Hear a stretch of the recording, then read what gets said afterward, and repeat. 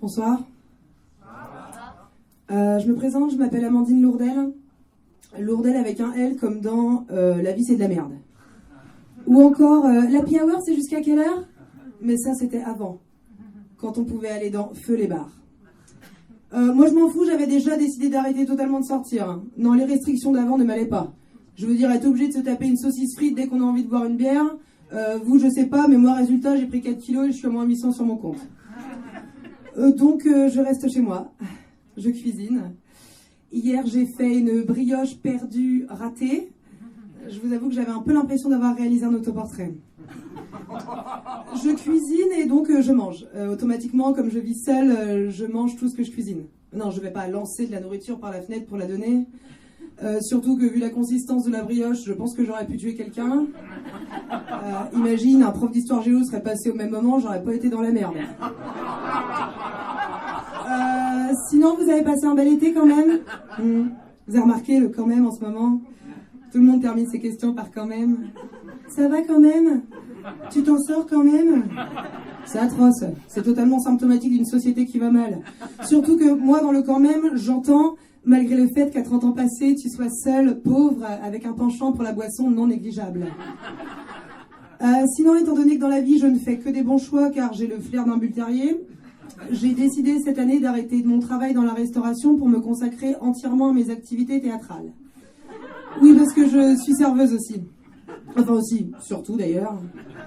Non, moi, si j'avais joué devant chaque personne à qui j'ai donné une assiette, je serais plus connue que Beyoncé. Hein. Moins bonne, certes, mais plus connue. Non, je suis tellement serveuse, c'est tellement ancré en moi, qu'il m'arrive parfois d'être au resto, d'être simplement cliente, et qu'on me prenne pour la serveuse.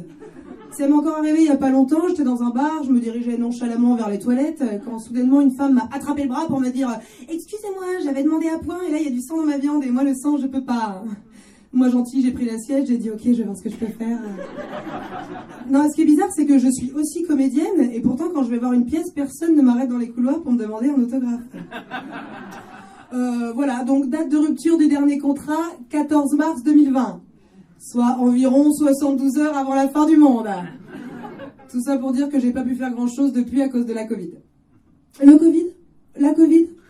Je sais jamais comment faut dire parce que sur France 2, ils disent la Covid. Sur France 5, ils disent le Covid. En revanche, sur Arte, ils disent toujours la Shoah. Ça n'a pas changé.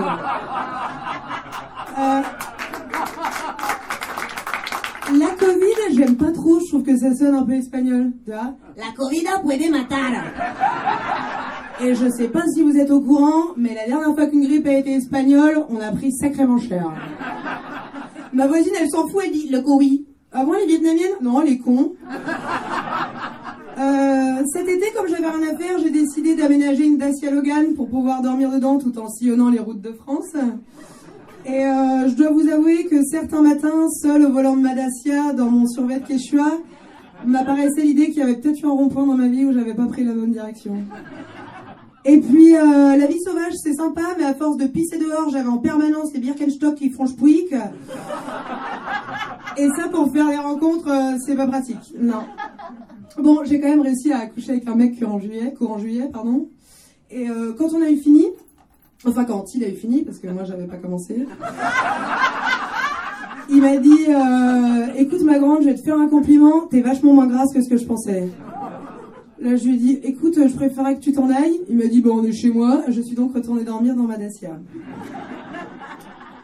Je serais bien restée chez lui passer la nuit parce que c'était très confortable. Enfin, très confortable. Faut savoir qu'après 2 mois à dormir dans ma voiture, pour moi, le summum du confort se résumait à une prise anti-moustique. Hein. Non, il était très propre sur lui, oui. Tellement propre qu'à un moment, je me suis demandé s'il n'avait pas éjaculé du gel hydroalcoolique. Tu me diras, ça me change des mecs en Technival qui éjaculent de l'acide. D'ailleurs, faites gaffe avec ce truc-là. Hein. Enfin, oui, l'acide, oui, mais le gel hydroalcoolique. Non, parce que sur les mains, ça va. Mais il y a quelque temps, j'ai confondu le tube avec celui de lubrifiant. J'ai pas pu m'asseoir pendant 4 jours. Sinon, vous avez passé un bon confinement quand même. Pas facile tous les jours, hein. Et encore, vous avez de la chance, vous n'étiez pas confiné avec ma mère. Elle est gratinée, ma mère. En même temps, son père, elle était marchand de fromage, donc ça peut s'expliquer. Non, pour vous donner un exemple, il y a pas longtemps, je lui ai montré une vidéo d'un de mes passages sur scène. Et le premier truc qu'elle a dit à la fin, c'est dis donc, Amandine, tu ferais bien de penser à remettre des soutiens-gorge parce que tu commences sérieusement à avoir les seins qui tombent. Hein.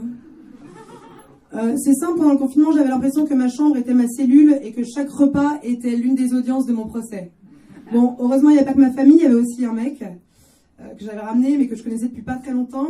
Et déjà, en temps normal, il était très porté sur la chose, mais là, face à l'ennui, c'était ingérable. Non, le mec s'était donné pour mission d'occuper mon territoire. C'est simple, moi, pendant le confinement, j'avais pas peur de tomber malade, j'avais peur de tomber enceinte, de tripler. Hein. Mon but n'était pas de survivre, mais de sortir de là sans fissure anale, en pouvant garder l'usage de mes jambes. C'est simple, entre sa libido de bonobo et l'humeur de hyène de ma mère, mon confinement, c'était un peu une saison au zoo. Merci de m'avoir écouté, et puis bonne nuit. À bientôt. Vous êtes un super public, hein.